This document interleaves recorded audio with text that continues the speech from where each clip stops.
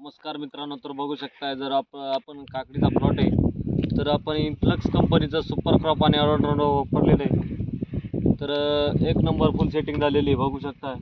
साहेब आपण या इकडे बघू शकताय फुल सेटिंग एक नंबर आहे. आपण कोणत्याही प्रकारचं केमिकल वापरलं ते जैविकच वापरलेलं आहे आपण कंपनीचं. तर एक नंबर रिझल्ट आलेला आहे बघू शकताय. खाली फुल सेटिंग दाखवा साहेब.